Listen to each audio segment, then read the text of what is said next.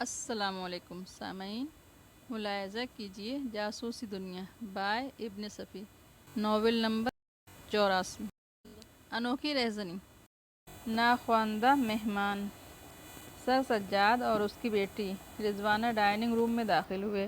میز پر پلیٹیں لگا دی گئی تھیں اور باورچی شاید کچن میں تھا۔ وہ دونوں گفتگو کرتے ہوئے اسی طرف چلے آئے تھے، ورنہ کھانے کی میز پر پہنچنے میں بھی 7 یا 8 منٹ کی دیر تھی۔ سر سجاد ایک بااصول اور وقت کا پابند آدمی تھا۔ بعض اوقات تو اس کی اصول پسندی اور وقت کی پابندی رضوانہ کو مسخرہ خیز بھی لگتی تھی، لیکن خاموشی کے علاوہ اور کوئی چارہ نہ تھا، کیونکہ سر سجاد جیسے لوگوں پر کسی قسم کی بھی مخالفت کی صورت میں بلڈ پریشر کے دورے پڑنے لگتے ہیں۔ میز پر تیسری پلیٹ دیکھ کر وہ ٹھٹک گیا، پھر رضوانہ کی طرف مڑ کر جواب طلب نظروں سے دیکھا۔ رضوانہ کو بھی اس غیر متوقع تبدیلی پر حیرت ہوئی تھی۔ اس کے علم میں نہیں تھا کہ کوئی تیسرا آدمی بھی رات کے کھانے پر ہوگا۔ اس کا کیا مطلب ہے؟ سر سجاد نے تیسری پلیٹ کی طرف انگلی اٹھا کر کہا۔ میں کیا جانوں، میں نے تو کسی کو مدعو نہیں کیا۔ سر سجاد نے ایک طویل سانس لی اور سر پکڑ کر ڈائننگ چیئر پر بیٹھ گیا۔ رضوانہ چند لمحے نچلا ہونٹ دانتوں میں دبائے اسے خاموشی سے دیکھتی رہی، پھر برا سا منہ بنا کر بولی، تو آخر اس میں پریشانی کی کیا بات ہے؟ ہو سکتا ہے باورچی نے غلطی سے رکھ دی ہو۔ غلطی؟ سر سجاد کے لہجے میں جھللاہٹ تھی۔ کیا معمولات میں بھی غلطیوں کا امکان ہو سکتا ہے؟ ہوں ڈیڈی، ختم بھی کیجیے، میں ہٹائے دیتی ہوں۔ نہیں، ٹھہرو، آنے دو اس سے میں جواب طلب کروں گا، ورنہ کل اس میز پر پلیٹوں کے ساتھ کسی خارش زدہ کتے کی لاش بھی نظر آ سکتی ہے۔ رضوانہ خاموش ہو گئی، کیونکہ اس سلسلے میں بحث فضول تھی۔ سر سجاد ایسا ہی جھکی تھا۔ اس نے بھی ایک کرسی کھینچی اور چپ چاپ بیٹھ گئی۔ سر سجاد بڑبڑاتا رہا، اس قسم کی غلطی ذہنی طور پر غیر حاضر ہونے کی دلیل ہے۔ میں اسے قطعی پسند نہیں کرتا کہ کام کی طرف دھیان نہ رکھا جائے۔ کل ڈرائیور بھی گاڑی چلاتے چلاتے ذہنی طور پر غیر حاضر ہو سکتا ہے اور گاڑی سڑک پر جانے کے بجائے کسی مکان کے زینوں پر چڑھ سکتی ہے، اور رضوانہ نے یہی بہتر سمجھا کہ خود بھی ذہنی طور پر غیر حاضر ہو جائے، کیونکہ اب چرخہ تو چل ہی پڑا تھا۔ وہ بڑبڑایا جا رہا تھا اور وہ ان جنگلی خرگوشوں کے متعلق سوچ رہی تھی جن کا شکار اس نے پچھلے دن کیا تھا۔ کچھ دیر بعد باورچی کھانے کی ٹرالی دھکیلتا ہوا کمرے میں داخل ہوا اور رضوانہ اس کی طرف متوجہ ہو گئی۔ وہ جانتی تھی کہ اب اس کی شامت آ جائے گی۔ جیسے ہی ٹرالی میز کے قریب رکی، سر سجاد تیسری پلیٹ کی طرف انگلی اٹھا کر دہاڑا۔ یہ کیا ہے؟ باورچی بوکھلا کر اسے دیکھنے لگا، پھر ہکلایا، میں نے تو نہیں رکھی حضور، یہ ہے پلیٹ۔ ہائے، تو کیا آسمان سے ٹپکی ہے؟ کیا تیری موت آئی ہے؟ جھوٹا کمینہ! ٹھہرو!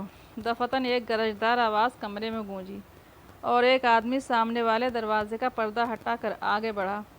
اس کے ہاتھ میں ریوالور بھی نظر آیا، جس کا رخ انہی تینوں کی طرف تھا۔ سر سجاد کا منہ کھلا اور پھر بند ہو گیا۔ چلو، چپ چاپ کھانا میز پر لگاؤ، آنے والے نے تحکمانہ لہجے میں کہا۔ اگر کسی کی زبان سے ایک لفظ بھی نکلا تو بے دریغ فائر کر دوں گا۔ تیسری پلیٹ میں نے رکھی تھی۔ باورچی سر سجاد کی طرف دیکھنے لگا۔ چلو، کیا تم نے نہیں سنا؟ کھانا لگاؤ۔ رضوانہ خوفزدہ نظر آنے لگی تھی، لیکن سر سجاد کے چہرے پر الجھن کے آثار تھے۔ وہ بھررائی آواز میں باورچی سے بولا، کھانا لگاؤ۔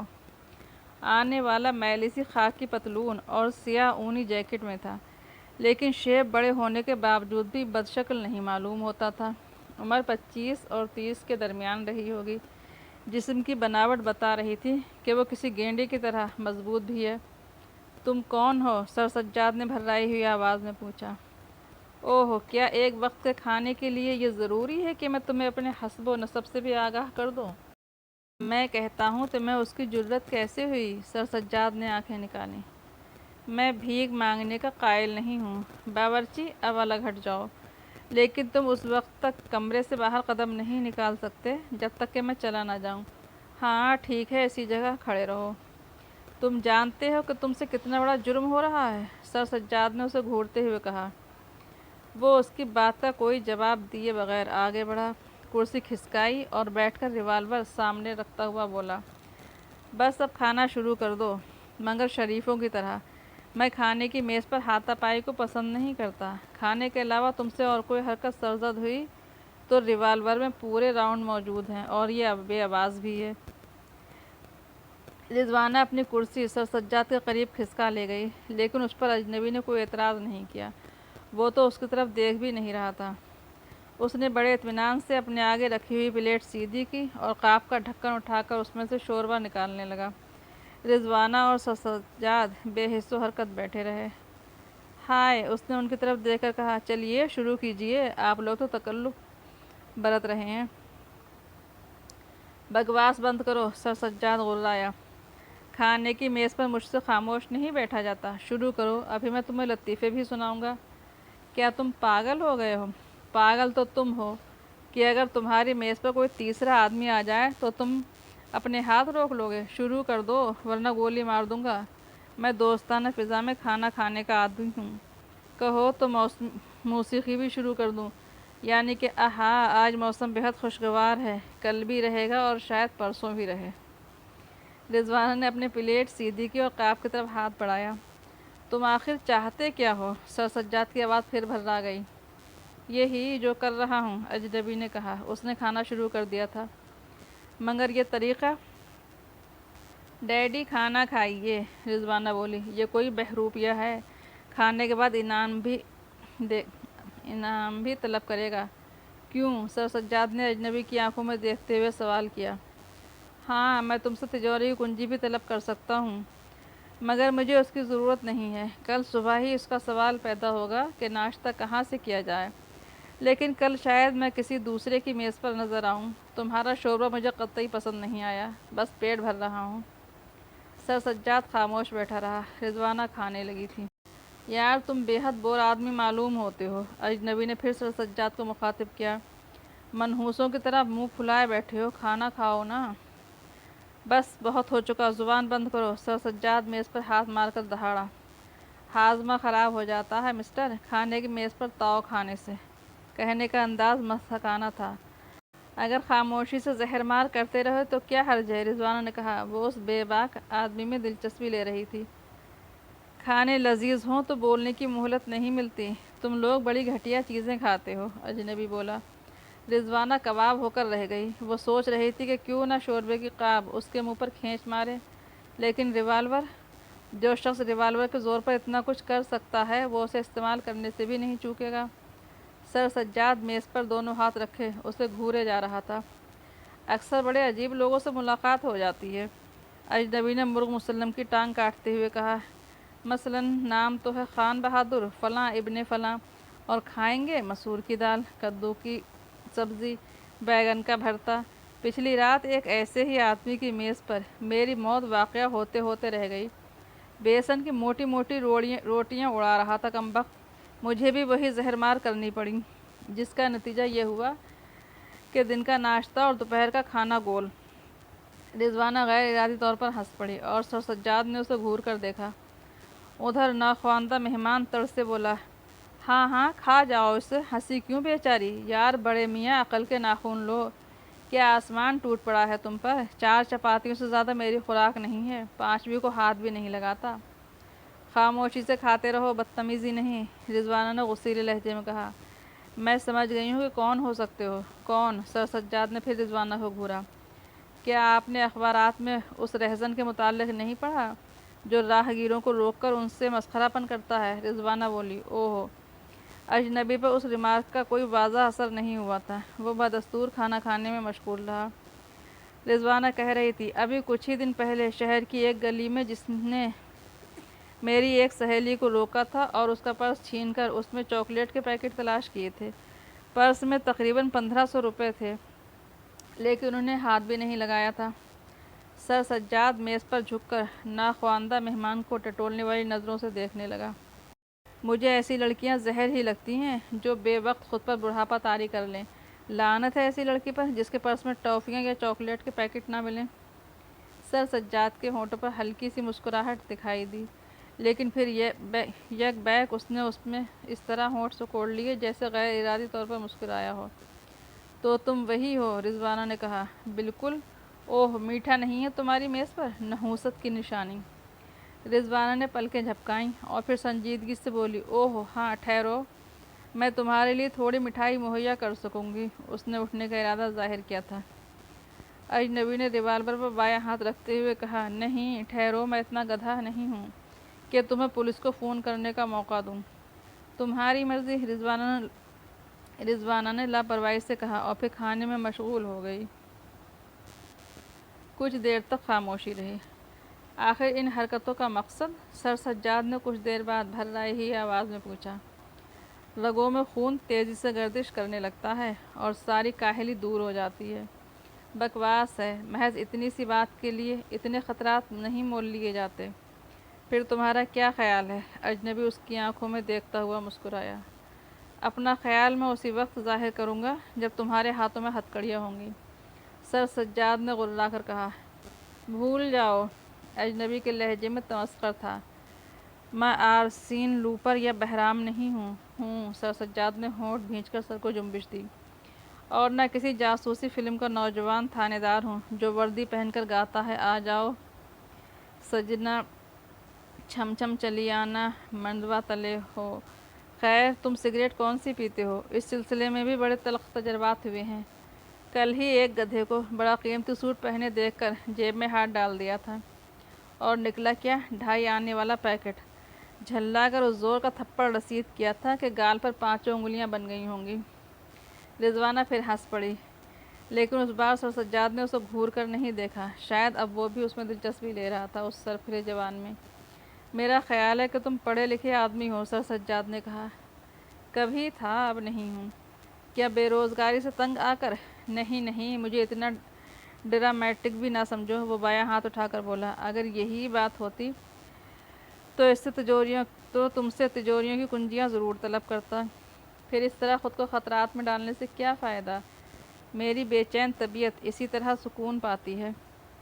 تو یہ ریوالور محض دھمکانے کے لیے ہے؟ میری مرضی کے خلاف کچھ کر کے دیکھو، ابھی اس کا بھی تجربہ ہو جائے گا، اجنبی نے انتہائی تلخ لہجے میں کہا۔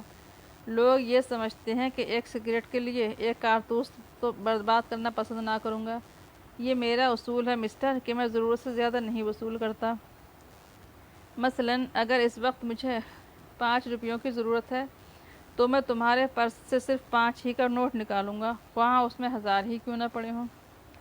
شاید اسی لیے اب تک بچے بھی رہے ہو، رضوانہ بولی۔ لوگ تمہاری ان حرکتوں کو صریحاً برداشت کر لیتے ہیں، اور ہیرو الگ بنتا جا رہا ہوں، کیوں؟ وہ اس کی آنکھوں میں دیکھتا ہوا مسکرایا۔ رضوانہ کچھ نہ بولی۔ سر سجاد بھی خاموش ہو گیا تھا۔ اجنبی نے کھانا ختم کر کے نیپکن سے ہاتھ صاف کیے اور اسے میز پر ڈالتا ہوا بولا، سگریٹ؟ میں سگریٹ نہیں پیتا، سر سجاد نے برا سا منہ بنا کر کہا۔ مہمانوں کے لیے بھی نہیں رکھتے؟ ظاہر ہے کہ اس کے لیے یہاں سے اٹھنا پڑے گا، رضوانہ بولی۔ اوہ اچھا، تو پھر کہیں اور صحیح۔ وہ اٹھ گیا، ریوالور اٹھایا اور الٹے پاؤں دروازے کی طرف بڑھتا ہوا بولا، میں پردے کے پیچھے 2-3 منٹ ٹھہروں گا، کوئی کمرے سے باہر نہ جائے۔ وہ دروازے سے گزر کر پردے کے پیچھے غائب ہو گیا، لیکن ریوالور کی نال پردے پر ابھری ہوئی نظر آ رہی تھی۔ وہ سب ساکت و صامت پردے پر نظریں جمائے رہے۔ پھر سر سجاد چونک کر دیوار سے لگے ہوئے کلاک کی طرف دیکھنے لگا، جس کی ٹک ٹک انہیں اپنی کھوپڑیوں سے خارج ہوتی محسوس ہو رہی تھی۔ پھر شاید 3 منٹ سے بھی زیادہ گزر گئے، لیکن پردے پر کسی نکیلی چیز کا ابھار اب بھی صاف دکھائی دے رہا تھا۔ اوہ کمبخت، اب کیوں رکا ہوا ہے؟ دفعتاً سر سجاد دانت پیس کر غرایا۔ ہم کب تک اس طرح بیٹھے رہیں گے؟ رضوانہ نے بلند آواز میں کہا۔ تم بڑے ناشکرے ہو۔ پردے میں جنبش تک نہ ہوئی، ابھار بدستور قائم رہا۔ دفعتاً سر سجاد جھلا کر اٹھا اور پردے کی طرف بڑھتا چلا گیا۔ اپنی دانست میں اس نے ریوالور کی نال ہی پر ہاتھ ڈالا تھا، لیکن پھر کوئی لمبی سی چیز اس کی گرفت میں جھول کر رہ گئی۔ بائیں ہاتھ سے اس نے پردے کو جھٹکا دیا۔ اوہ، رضوانہ نے متحیرانہ لہجے میں کہا اور پھر ہنس پڑی، کیونکہ پردے پر نظر آنے والا ابھار ایک واکنگ اسٹک کے نچلے سرے کا مرہون منت تھا، جس کا ہینڈل ایک کرسی کے ہتھے سے ٹکا دیا گیا تھا۔ خاموش رہو، سر سجاد غرایا، اور رضوانہ اس طرح خاموش ہو گئی جیسے سر سجاد کے جھلانے کی بنا پر اس کے ذہن کو جھٹکا لگا ہو۔ خان سامہ بڑی بدحواسی کے عالم میں وہاں سے رخصت ہوا تھا اور اب کمرے میں صرف وہی دونوں رہ گئے تھے۔ یک بیک سر سجاد سینہ تان کر چلتا ہوا کمرے کے وسط میں آیا اور اس طرح رک کر چاروں طرف دیکھنے لگا جیسے پہلی بار اس کمرے میں آیا ہو۔ رضوانہ کے لیے اس کا رویہ تحیر انگیز تھا۔ اس نے استفہامیہ انداز میں پلکیں جھپکائیں اور ٹھیک اسی وقت سر سجاد گرجنے لگا، مجھے اس طرح خوفزدہ نہیں کیا جا سکتا۔ میں اپنے سینے میں فولاد کا دل رکھتا ہوں۔ چھپ کر حملہ کرو گے؟ کرو ڈیڈی۔ رضوانہ کی آواز کانپ رہی تھی۔ اپنے کمرے میں جاؤ۔ سر سجاد کا لہجہ تحکمانہ تھا۔ میرے بازوؤں میں اتنی قوت ہے کہ یک بیک کئی آدمیوں کا گلا گھونٹ سکتا ہوں۔ اپنے کمرے میں جاؤ۔ کیا تم نے سنا نہیں؟ وہ سمجھتے ہیں شاید میں تمہاری موجودگی میں آگ اور خون کا کھیل پسند نہ کروں۔ جاؤ۔ رضوانہ میں اتنی ہمت نہیں تھی کہ وہیں کھڑی رہ سکتی۔ اسے ایسا محسوس ہو رہا تھا جیسے یک بیک سر سجاد کا دماغ معاف ہو گیا ہو۔ خون کے دھبے۔ کیپٹن حمید کی موٹر سائیکل تارجام والی سڑک پر فراٹے بھر رہی تھی۔ سڑک سنسان نہ ہوتی تب بھی شاید رفتار اتنی ہی تیز ہوتی، کیونکہ تقریباً ایک ہفتے کے بعد کرنل فریدی کا سراغ ملا تھا۔ ایک ہفتے سے کرنل فریدی کے متعلق مختلف قسم کی قیاس آرائیاں کی جاتی رہی تھیں۔ کسی کا خیال تھا کہ وہ ان ڈاکوؤں کی گولیوں کا نشانہ بن گیا ہوگا جو بینک آف کناڈا میں ڈاکہ ڈال کر بھاگے تھے۔ کوئی کہتا اس کی لاش بینک کی سامنے والی عمارت کے ملبے سے یقینی طور پر نکالی گئی ہوگی، لیکن وہاں سے برآمد ہونے والی کئی لاشیں تو اس قدر منسلخ ہو گئی تھیں کہ ان کی شناخت ہی نہیں ہو سکی تھی۔ ہو سکتا تھا کہ انہی میں سے کوئی لاش اس کی بھی رہی ہو، مگر حمید کیسے یقین کر لیتا؟ یقین نہ کرنے کا کوئی منطقی جواز نہیں تھا، بس چھٹی حس کی بات تھی۔ اس کا ایمان تھا کہ ہارڈ اسٹون جیسے لوگ چوہے کی موت نہیں مرا کرتے۔ ویسے محکمے کو یہ اطلاع فریدی ہی نے بہم پہنچائی تھی کہ بینک آف کناڈا پر ڈاکہ پڑنے والا ہے۔ پھر وہ لٹیروں کی گھات میں نہ رہا ہوگا۔ کیا اس نے ان پر ہاتھ ڈالنے کی کوشش نہ کی ہوگی؟ لیکن اس نے اس خبر میں وقت کا تعین تو نہیں کیا تھا۔ ہو سکتا ہے کہ اس کی معلومات اس حد تک نہ رہی ہوں، اور اگر تھیں بھی تو کیا بینک کو لوٹنے سے بچایا جا سکتا تھا؟ کیا اس کی حفاظت کرنے والے اس زبردست دھماکے سے بوکھلا کر بھاگ نہ کھڑے ہوتے جس نے بینک سے تھوڑے ہی فاصلے پر ایک عمارت کو آنے واحد میں خاک کا ڈھیر بنا دیا تھا؟ بینک کے پہرے داروں میں سے ایک بھی وہاں نہیں ٹھہرا تھا۔ پھر صبح تک کسی کو ہوش ہی نہیں آیا کہ بینک پر کیا گزری ہوگی، کیونکہ دھماکے نے ساری بستی کو اپنی طرف متوجہ کر لیا تھا۔ ڈاکے کا علم تو اسی وقت ہوا تھا جب بینک کے عملے نے دوسرے دن اسٹرانگ روم میں جھاڑو پھری دیکھی تھی۔ اسی صبح حمید نے فریدی کا بستر خالی دیکھا تھا، اور آج ایک ہفتے کے بعد اسے فون ہی پر اس کا پتہ ملا تھا کہ وہ اسے تارجام کے ایڈلفی ہوٹل میں مل سکے گا۔ ساتھ ہی تاکید کی گئی تھی کہ وہ اس کا تذکرہ کسی سے بھی نہ کرے، مگر ایڈلفی ہوٹل میں گھنٹوں مکھیاں مارنے کے باوجود بھی اس سے ملاقات نہ ہو سکی، اور اسے سوچنا پڑا کہ کہیں کسی نے دھوکہ تو نہیں دیا تھا۔ لیکن آواز 100% فریدی ہی کی تھی۔ اسے کیا سمجھا جائے؟ وہ سوچتا رہا۔ میز پر وہ تنہا تھا اور ایڈلفی کا ڈائننگ ہال کچھ اتنا زیادہ آباد بھی نہیں تھا۔ اس نے ملازمین سے پوچھ گچھ کرنا مناسب نہ سمجھا۔ اسے توقع تھی کہ فریدی اگر یہاں ہوگا بھی تو میک اپ ہی میں ہوگا، ورنہ پھر اس طرح غائب ہو جانے کی کیا ضرورت تھی؟ لیکن پھر جیسے ہی اس نے وہاں سے اٹھنے کا ارادہ کیا، دفعتاً اس کے ذہن کو جھٹکا سا لگا، کیونکہ فریدی ایک دروازے میں کھڑا مسکرا رہا تھا، اور حمید کا یہ خیال غلط نکلا کہ وہ میک اپ میں ہوگا۔ پھر آخر اس رازداری کی کیا ضرورت تھی؟ وہ آہستہ آہستہ چلتا ہوا قریب آیا اور ایک کرسی کھینچ کر بیٹھتا ہوا بولا، تمہیں شاید کچھ زیادہ انتظار کرنا پڑا ہے۔ اس حد تک کہ شاید میں اسی کرسی پر پیدا ہوا تھا، حمید نے برا منہ بنا کر کہا۔ اوہو، موڈ خراب ہے شاید؟ فریدی مسکرایا اور خود بڑے اچھے موڈ میں معلوم ہو رہا تھا۔ میں کہتا ہوں آخر اس طرح بور کرنے سے کیا فائدہ؟ بھئی بس اچانک اٹھا تھا اور شہر چھوڑ دیا تھا۔ وجہ میں نہیں جانتا تھا کہ کینیڈا بینک کا قبضہ میرے ہی سپرد کیا جائے گا۔ کیا مطلب؟ حمید کے لہجے میں حیرت تھی۔ یہ سب بکواس ہے کہ میں نے اس کے متعلق کسی قسم کی اطلاع محکمے کو دی تھی۔ میں نہیں سمجھتا کہ اس افواہ کا ذمہ دار کون ہے۔ تو پھر اس طرح غائب ہو جانے کی کیا ضرورت تھی؟ بتایا تو کہ میں اس تفسیر میں نہیں پڑھنا چاہتا تھا۔ پہلی بار آپ کی زبان سے اس قسم کی گفتگو سن رہا ہوں۔ آپ تو خواہ مخواہ دخل اندازی کرنے والے لوگوں میں سے ہیں۔ بسا اوقات آفیسروں سے بھی اسی بات پر آپ کی انبن ہو جاتی ہے کہ فلاں کیس آپ کے سپرد کیوں نہیں کیا گیا۔ یہ تو کیس کی نوعیت ہی پر منحصر ہے۔ اوہ، تو یہ کیس اس قابل ہی نہیں تھا؟ بھئی، میرے پاس اس سے بھی زیادہ دلچسپ کیس ہے جسے میں چھوڑنا نہیں چاہتا اور جو بینک کے ڈاکے سے زیادہ اہم ہے، فریدی نے سگار سلگاتے ہوئے کہا۔ کون سا کیس؟ اس آدمی کا جو لڑکیوں کے پرس میں ٹافیاں تلاش کرتا ہے۔ لا حول ولا قوت، حمید برا سا منہ بنا کر بولا۔ کیا آپ سچ کہہ رہے ہیں؟ بالکل۔ مزید لا حول ولا قوت، حمید برا سا منہ بنا کر بولا۔ بھلا اس میں کیا رکھا ہے؟ میری رائے میں تو وہ کوئی ایسا آدمی ہے جو لڑکیوں میں مقبول ہونا چاہتا ہے، لیکن میں ایسے آدمیوں کو پسند نہیں کرتا جو ریوالور دکھا کر صرف ٹافیاں وصول کرنے کی کوشش کریں۔ پتہ ہے آپ کو کہ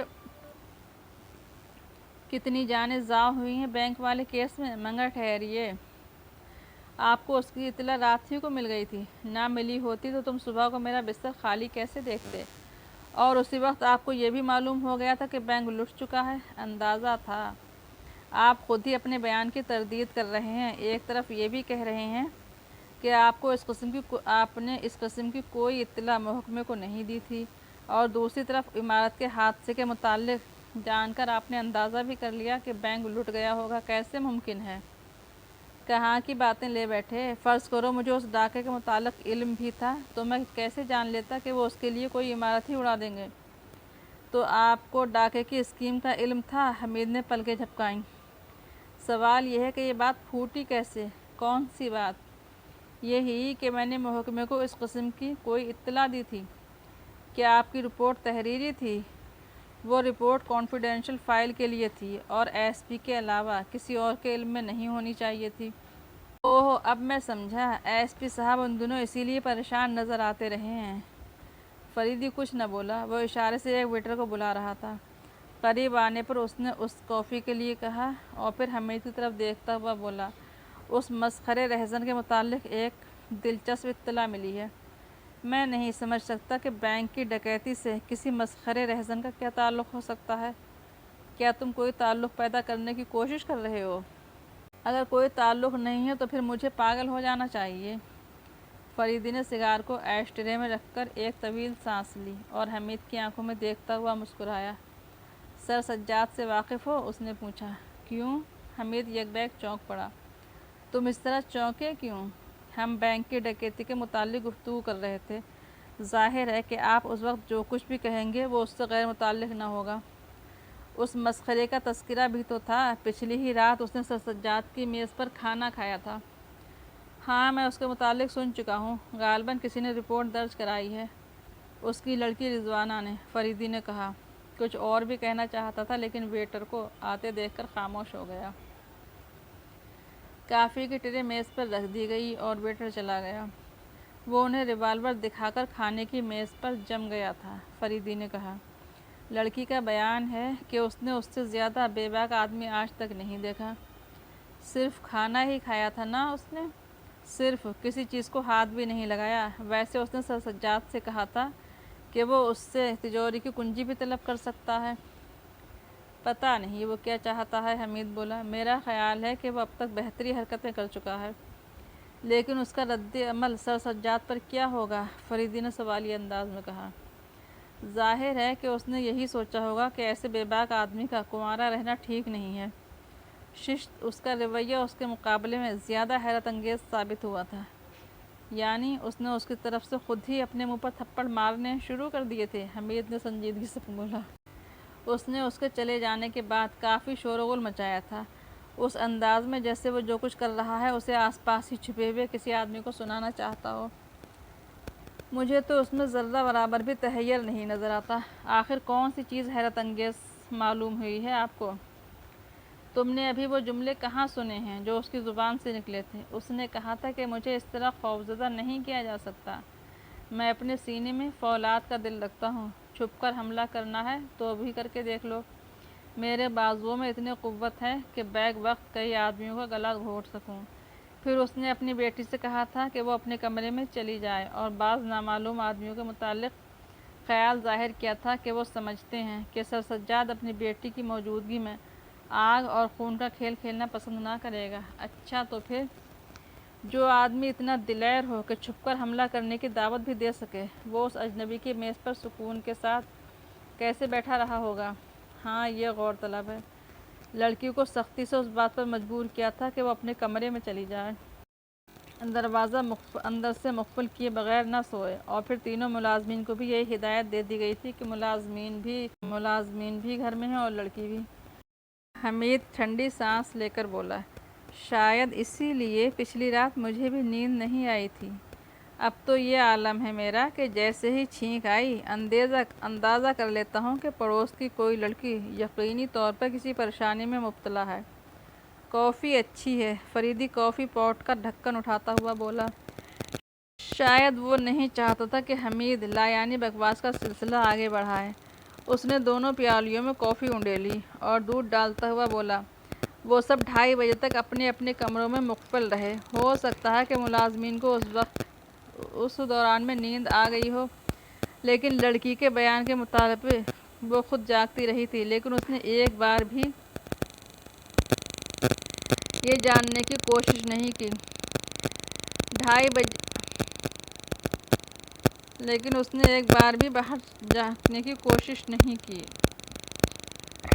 بجے اس نے شور کی آوازیں سنی جو عمارت ہی کے کسی حصے سے آئی تھیں۔ پھر یہ شور بڑھتا ہی گیا۔ وہ چیخ کر ملازموں کو آوازیں دیتی رہی، لیکن باہر نکلنے کے لیے کچھ نہ کر سکی۔ فریدی نے خاموش ہو کر کافی کا گھونٹ لیا۔ حمید کچھ نہ بولا۔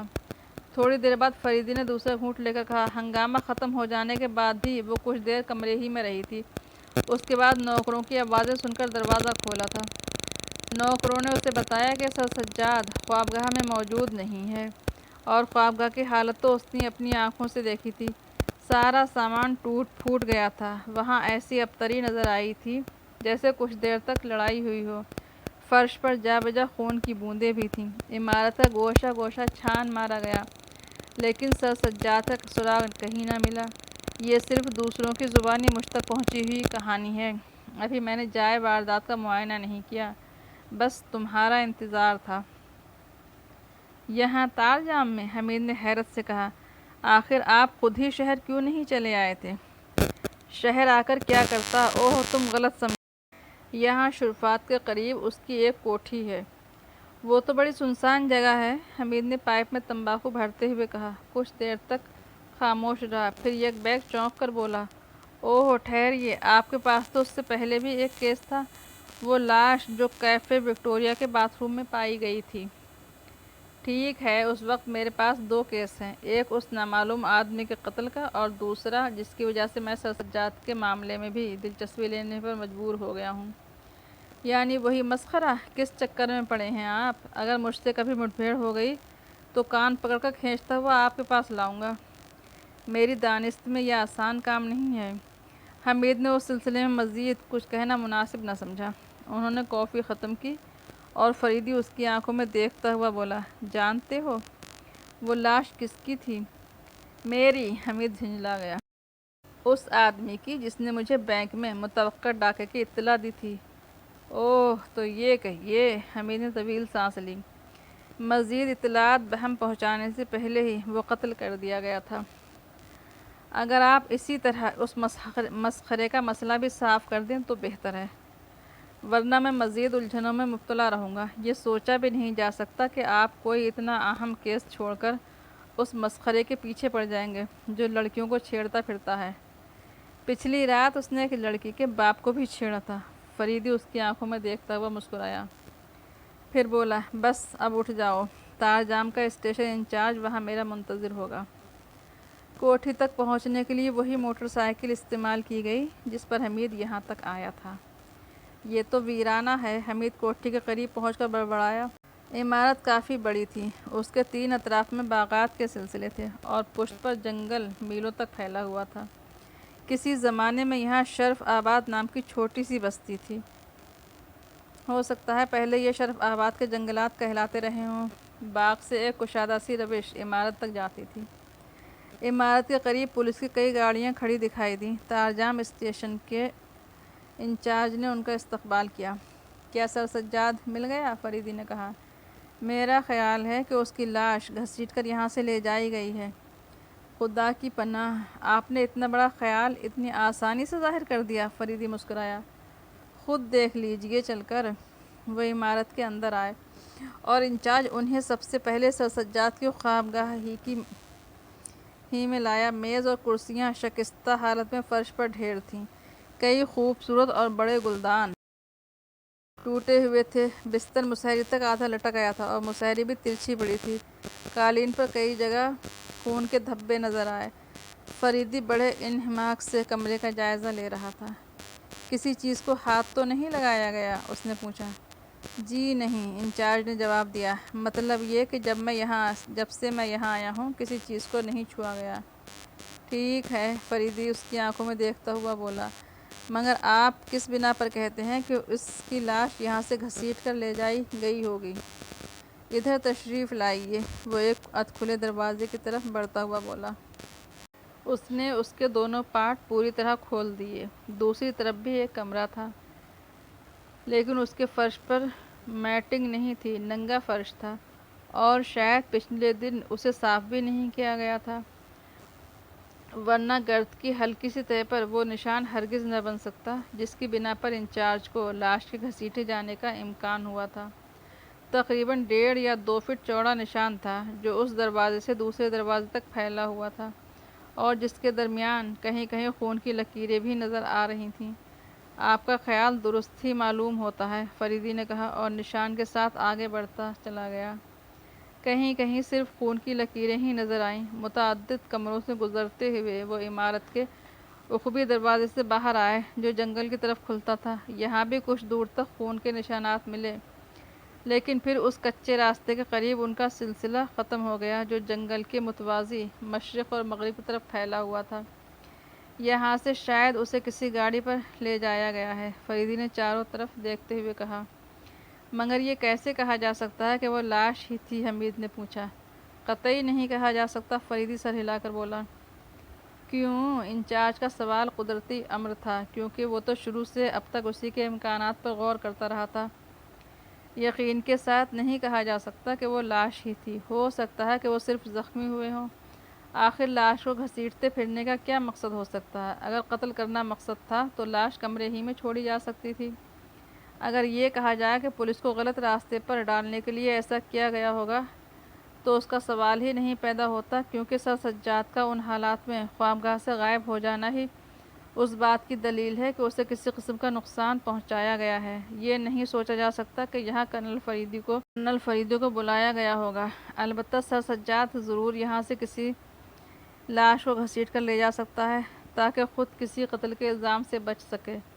اوہ! انچارج آنکھیں پھاڑ کر رہ گیا۔